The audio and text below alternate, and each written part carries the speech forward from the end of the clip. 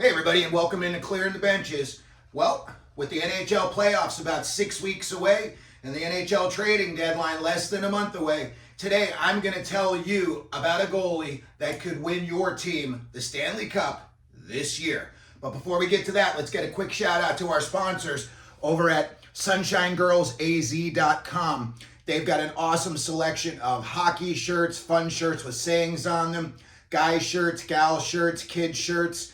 Go on over and check out SunshineGirlsAZ.com and see if you can't find something for yourself that you like. When you do, punch in CTB10 in the code and you will receive 10% off of your purchase. So, like I just said, NHL playoffs are probably about, 6 weeks away? There are a lot of teams highly vested in winning the Stanley Cup this year. I think for certain teams, the window is there, but it is closing quickly. And there is a goalie out there, and he has already won a cup recently. And I believe this guy on your favorite team could help you hoist the cup. I'm going to go over some of the teams that I think are the most vested going into the playoffs with, I would say, the most to lose. And I believe that this goalie would definitely put most of these teams over the hump. And I think for sure there's two of them on this list that they could definitely win the cup with him in nets. So, first team I'm going to look at on my list here, Toronto Maple Leafs. You know, you got the trio of Wall, Samsonov, Jones. Wall had 9 wins. Samsonov has 9 wins. Jones has 8 wins. Combined, you know, really not that bad numbers. 273 goals against and a 908 combined save percentage.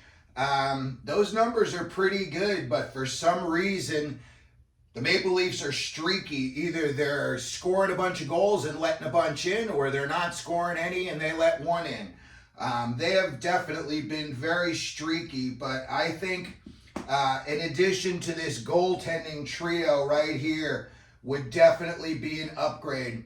And the guy that I'm about to tell you about in a few minutes will definitely make sense, especially on a team like Toronto. New Jersey, another huge disappointment. I wouldn't call the Toronto Maple Leafs a disappointment this year because they're having a good year, but if they don't go a deep run into the playoffs, definitely a disappointment. New Jersey, they're already a disappointment this year. Injuries, big time. Dougie Hamilton, Heischer, Jack Hughes. Those are 3 big names that on any team would slow you down. Their goaltending just hasn't done it for them this year. They had Schmid, Vanacek, and Dawes in the pipes this year. Combined, 892 save percentage, 352 goals against. Those are not working in the playoffs. Those are one and done numbers in the playoffs. So again, I think the Devils, this guy that I'm about to tell you about, going to solidify everybody, and I think would really do a team like the Devils service because to me they play a little bit more of a defensive game versus Toronto, who's more of an offensive game. Carolina is definitely a team that I think could use a goaltending upgrade. You know, they've got Kochetkov, and he's got 13 wins. Ranta's got 12 wins. You know, they've both surprisingly got goals against under 3. But again, Carolina this year just playing very un-Carolina-like hockey. I know they've kind of gotten it a little back together recently, but early in the year they were giving up a lot of goals, and that is not Rod Brind'Amour hockey. So I think Carolina could definitely use the mystery goalie I'm going to tell you about. Edmonton, boy oh boy, were they having goalie problems at the beginning of the year, but they sure had it figured out. Skinner went 12-0 on that big winning streak. Calvin Pickard, 6-2, 242 goals against. You put those numbers up in the playoffs and you're going to make a deep run, especially if Skinner can just be like just a shadow of what he just was in that big winning streak. I think Edmonton may have turned it around already goaltending wise, but I think this guy here would just really put stability on there. Another team here, I'm going to skip over Colorado for a second. We're going to go to the LA Kings. Actually, you know what? We're going to bunch LA and Colorado together, and then we will reveal our mystery goalie, is if you hadn't figured it out already, Darcy Kuemper. Kuemper's 33 years old. He won a cup just a couple of years ago in Colorado.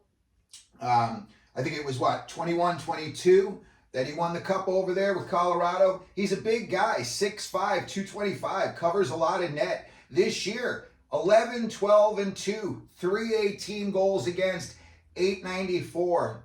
But he's playing with the Caps in front of him, and everybody knows that's, an older, slower team.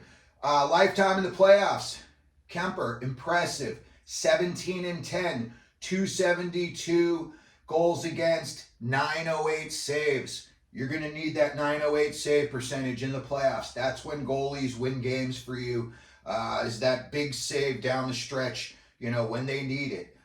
So looking at Kuemper, he had already played for the LA Kings a season.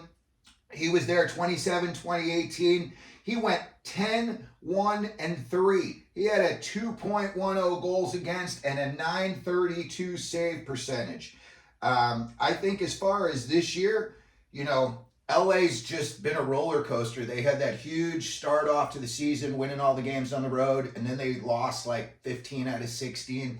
I know Talbot was in the All-Star game, but he had lost like 10 straight going in.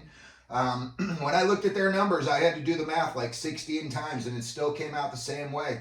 But so far this year, the LA goaltenders have a 2.59 goals against and a 910 save percentage. So, again, when they're losing those games, it's just a matter of, they were getting shelled early. They were doing well early in the year, and then they started getting shelled down the stretch. But those numbers, if you could post those kinds of numbers in the playoffs, you could possibly make a run. But again, I think that the two teams that, to me, I would feel would most benefit from bringing him in right now, Toronto, Colorado. I think Edmonton may have figured it out already with Skinner and Pickard. And again, if they were to bring in a guy like Kuemper and say, hey, we're going to somehow try to figure out a three-headed monster, good for them. It would, be interesting to watch at the very least.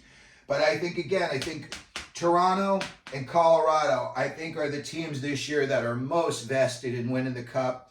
Colorado's team looks like it's basically the same team from a few years ago, minus Landeskog, that won that cup. I know that they've had a few, guys come and go in the lineup, but the problem with them right now is they're 0-4 since the All-Star game.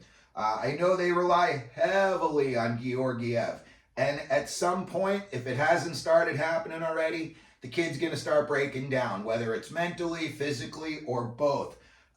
And again, this is where I think a guy like Kuemper, you bring him in now and you tell him, hey, you're playing 10 of the last 30 games down the stretch to get yourself really, he's already been playing, but get yourself in tune with our defensive system.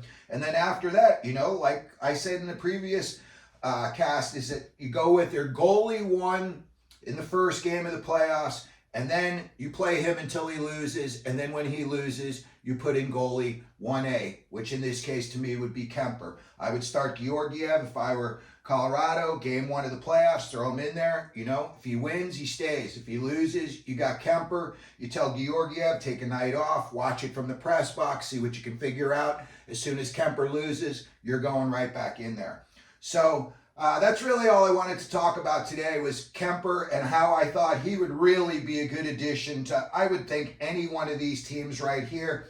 And especially, high-end teams like Toronto, Colorado. Listen, if Edmonton bought him in, wouldn't surprise me. If the Kings bought him in, it wouldn't surprise me. So let me know what you think. If you think Kuemper is even a viable option at this point, or if you think any of these teams, would be a good fit for him. Let me know down in the comments section. And if you could, please hit the like and subscribe buttons. And as we always do here at Clearing the Benches, let them know you're out there.